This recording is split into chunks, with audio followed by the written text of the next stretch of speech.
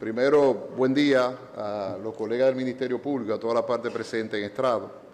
No quiero empezar este discurso sin mostrar toda y absolutamente mi solidaridad con cada una de las expresiones que se han dado aquí. Y en ese carácter pedagógico que el juez ha tomado, y yo creo que un juicio como este lo amerita, yo también seré lo más pedagógico posible en las explicaciones que voy a hacer. Partiendo de la réplica o nuestras conclusiones formales, nosotros en esta etapa no nos vamos a referir a la acusación del Ministerio Público.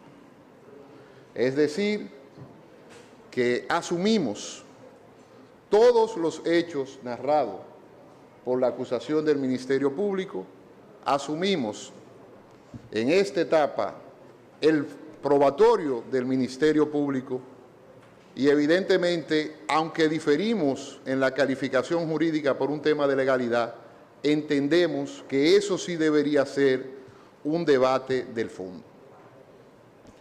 Nosotros sí vamos evidentemente a replicarle al punto controvertido de esta audiencia preliminar sobre la categorización de dolo eventual o imprudencia. Esa categorización jurídica que se ha venido discutiendo en este proceso y que esta no es la primera vez que me toca debatirla, sino que en otros escenarios y en otros expedientes también he tenido que fijar posición al respecto. Nuestra posición será breve, puntual y sobre algo que un abogado, cuando tiene un cliente, por más que tiene que dar lo más que pueda hacer, que el cliente le pida, tiene que llevarlo a la realidad. Así, evidentemente, el debate se resume en si el juez, dentro de la sencillez de la audiencia preliminar, tiene que calificar jurídicamente esto como homicidio involuntario o como homicidio voluntario por dolo eventual. Si el juez tiene que darle fisonomía jurídica a los hechos, evidentemente habría una atipicidad del artículo 295 en cuanto a la imputación subjetiva del tipo, es decir, la palabra voluntariamente, porque hay una ausencia total de dolo eventual.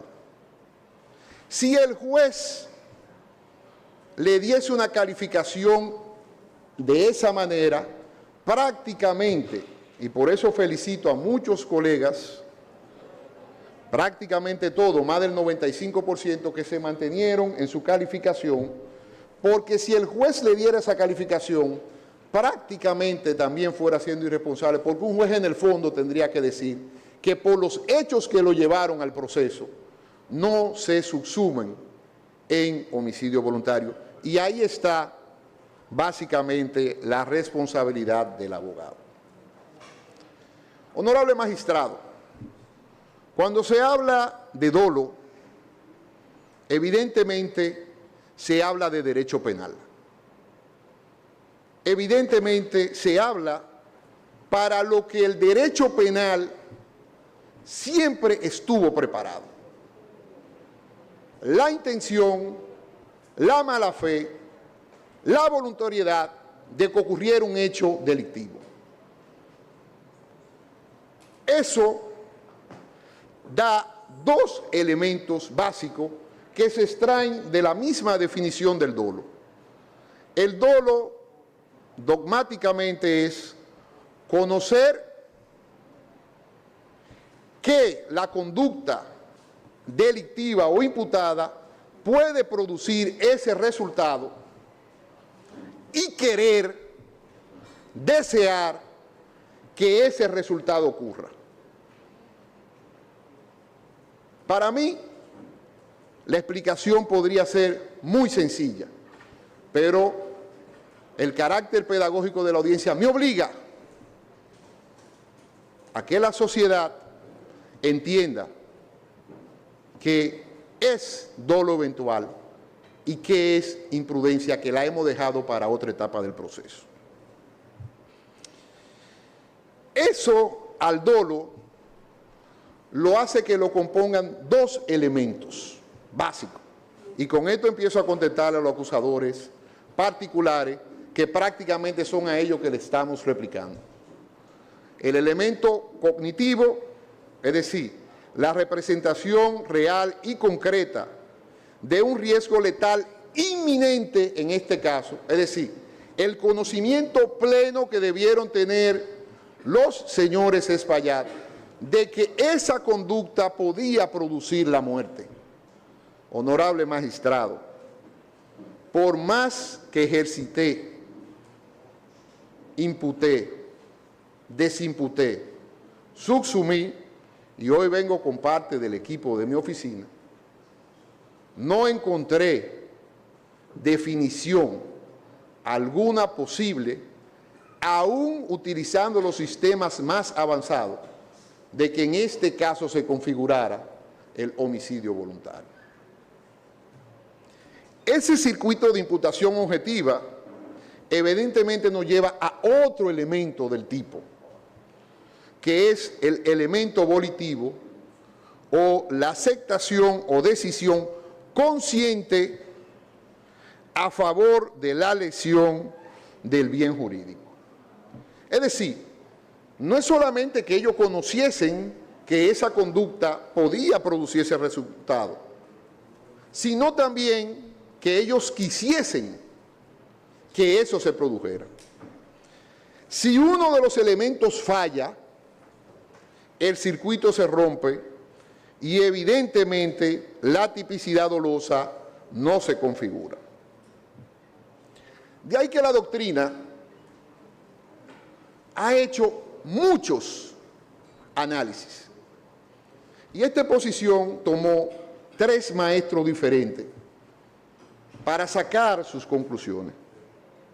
El primero, el tomo 1 del profesor Klaus Roxin, fallecido, que hace un análisis de todas las teorías y tesis dogmáticas, como ha ido avanzando el concepto de dolo eventual. ¿Qué ocurrió en la doctrina? Que hay 3 tipos de dolo: el dolo directo del primer grado, que es aquel que con saña va y mata a una persona; el dolo directo de segundo grado, de consecuencia necesaria, aquel que sabiendo que su actuación puede ocasionar un resultado más allá, una consecuencia puede ser otros tipos dolosos; y finalmente donde estamos, el dolo eventualis o el dolo de probabilidad. Yo no voy a teorizar sobre cada una de esas tesis, yo creo que no es el escenario, pero sí decirle al magistrado algunos puntos esenciales de eso. El segundo es el libro de mi maestro, aquel que me enseñó todo, un tomo nuevo, novedoso, donde él habla de una tesis que sí la voy a utilizar, que se llama el consenso cultural.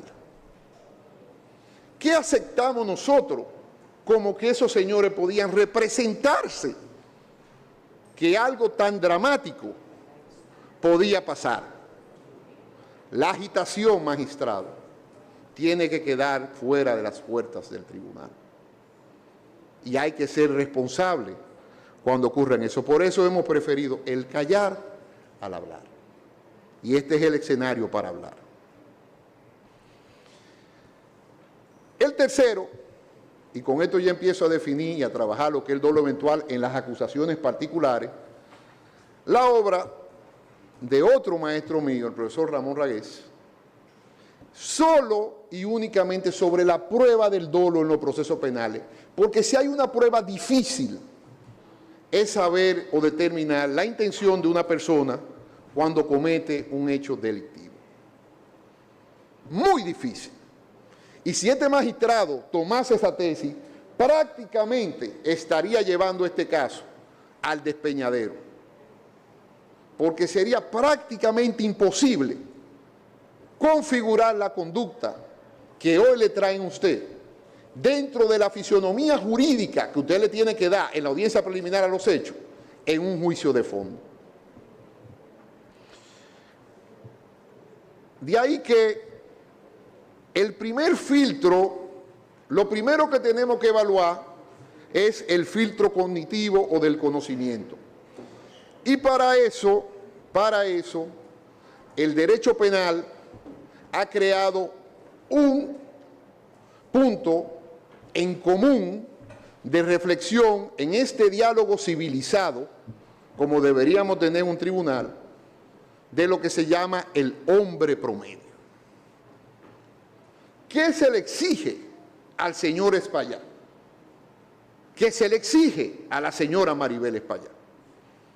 La realidad fáctica de la estructura de la acusación del Ministerio Público, que la dimos como un hecho no controvertido y válido, era que había lluvias, goteras y caídas de plafones que colapsaron, que provocaron luego lo que se está debatiendo hoy aquí. Y ahí la tesis del hombre promedio nos pone a ver dos filtros posibles. Una, el de un ingeniero estructural en la misma posición de los señores Espaillat al momento de la comisión de los hechos, que luego ya en otra etapa discutiremos eso en la imprudencia. Y lo otro, el filtro del hombre promedio. Evidentemente que ahí hay una previsión que falla, porque es imposible o poco probable que esos señores supiesen que la caída gotera de plafones podrían provocar un colapso de un techo. Sería prácticamente, estructuralmente ilógico. El filtro del hombre promedio, tesis que la desarrolla muy bien en ese libro que se llama La prueba del dolo, el profesor Ragués, habla de que ellos vieron eso como un problema de mantenimiento. Evidentemente trataron en muchas ocasiones de repararlo, pero nunca pensaron ni nunca quisieron que podía ocurrir lo que ocurrió. De ahí que hay una ilogicidad de los acusadores alternos, pues no se puede equiparar en derecho penal la ignorancia técnica o el déficit cognitivo con una representación mental dolosa de un desplome letal. En cuanto al elemento cognitivo, entonces se hace muy difícil o muy cuesta arriba decir que ellos conocían eso. Pero contra el elemento volitivo, es decir, la voluntad, el que voluntariamente mata a otro, se hace reo de homicidio. La voluntad. Esa palabra clave del derecho penal, la prenda del derecho penal, la categoría por regla y principio del derecho penal. Me tomaré pocos minutos para hablar de lo que dice el profesor Klaus Roxin y cómo se aplica esa teoría en el profesor Klaus Roxin. La tesis de los acusadores alternos, incluso una tesis mediática, es la siguiente. Tomaron la decisión de continuar la actividad a favor del desplome para lucrarse.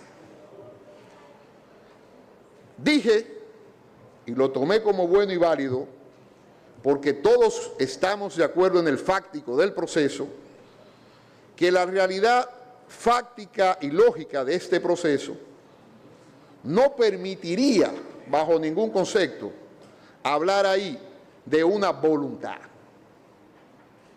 porque hay un hecho no controvertido en el caso. La presencia continua de los señores Espaillat durante años en el local. Lamentamos profundamente lo que ocurrió, no se imaginan cuánto. emocionalmente afecta, pero yo sé diferenciar el dolor de la víctima de agitadores profesionales. Y lo digo con toda la responsabilidad que me caracteriza, que creo que es mucha. Esos señores, durante años, incluyendo al señor Antonio Espaillá, se sentaban ahí. La noche de los hechos, Maribel Espaillá y su esposo se encontraban ahí. ¿Cómo es posible que los señores Espaillá, durante 50 años ahí, presenciando, compartiendo con todos los clientes, como muchos de las víctimas vinieron a decir aquí, querían que eso pasase? Magistrado, no se puede llegar a tanto. Y el odio personal de personas no se puede extrapolar a un tribunal. Maribel y Antonio Espaillá estuvieron ahí siempre. Nadie pudo predecir que esa noche fatídica eso iba a ocurrir. ¿Querían ellos que pasara eso? Evidentemente que no.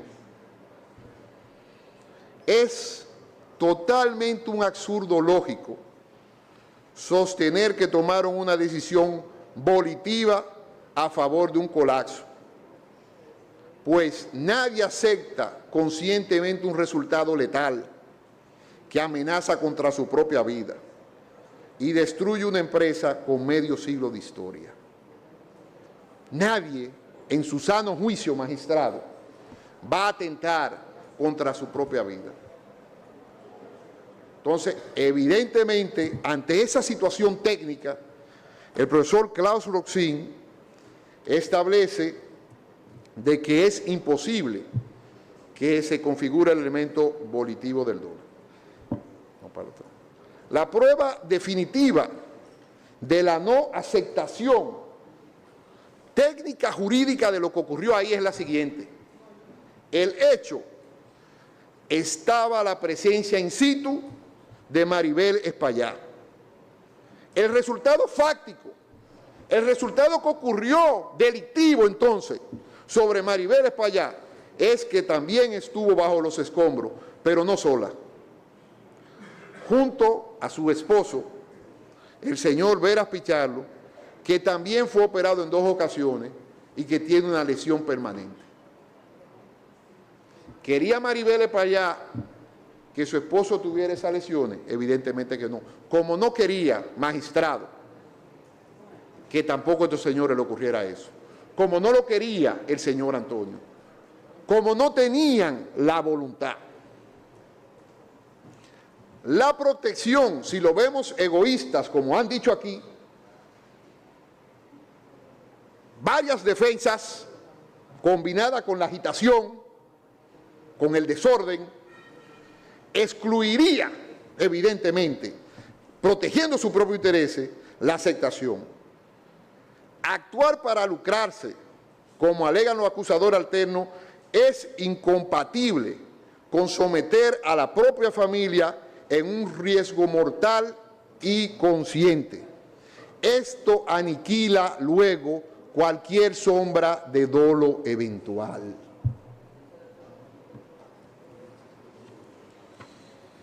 En definitiva, magistrado, aquí se ha hablado mucho de la sentencia SS 24-1051. La estudié, la analicé y evidentemente, honorable magistrado, el punto central, el punto a discutir es el 4.8 de esa sentencia. Página 16, el cual me tomaré la molestia de citar, porque al final de cuentas observo que hay un tema de lectura y de entendimiento del alcance de la sentencia, la cual, por cierto, aquellos que acusaron alternamente tienen que considerar que descargaría a los señores Espaillá, no aquí, sino en un juicio de fondo, y que le impediría a usted, dentro de la fisonomía jurídica que le tiene que dar los hechos, calificar esto de homicidio voluntario. 4.8. De igual modo, ha sido establecido mediante jurisprudencia, es importante indicar que la doctrina define el dolo como la voluntad dirigida a la comisión de un hecho delictivo. Y dentro de tipo de dolo se encuentra el dolo eventual, que es aquel, que aquí viene lo importante, en el que la gente se representa como posible un resultado lesivo o dañoso, no querido y no obstante realiza la acción aceptando su consecuencia. Ellos iban a realizar una acción infligiéndole un daño a la propia Maribel España, su esposo. Evidentemente que no. Ellos tenían en el primer acápite el conocimiento de que eso podría ocurrir. Evidentemente que no.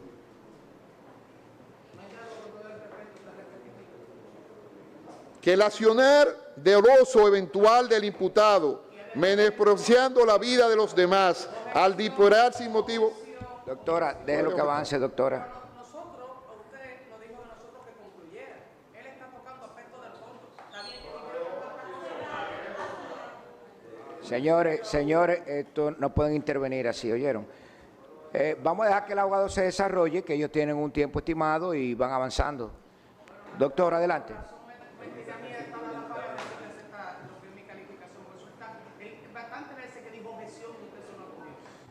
Doctora, usted no tiene, usted le vamos a dar la palabra ahorita, tranquila. Sí, no, pero vamos a dejarlo que avance.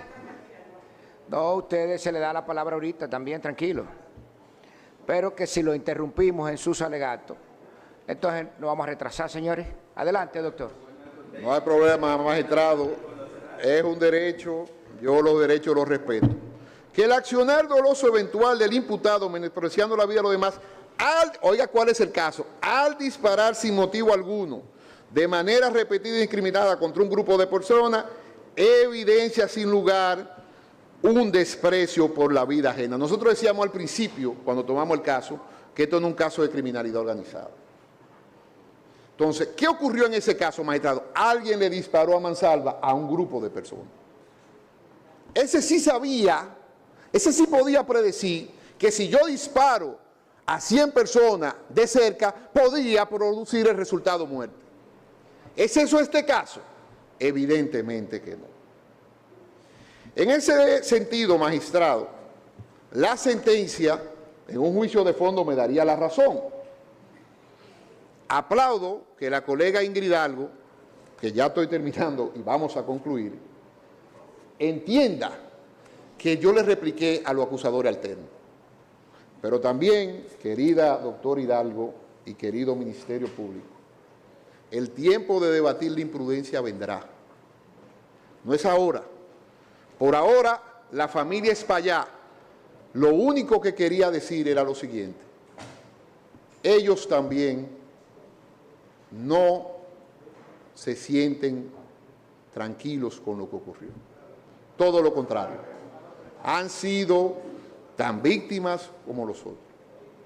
El deber de un abogado y el deber de medios responsables no es agitar.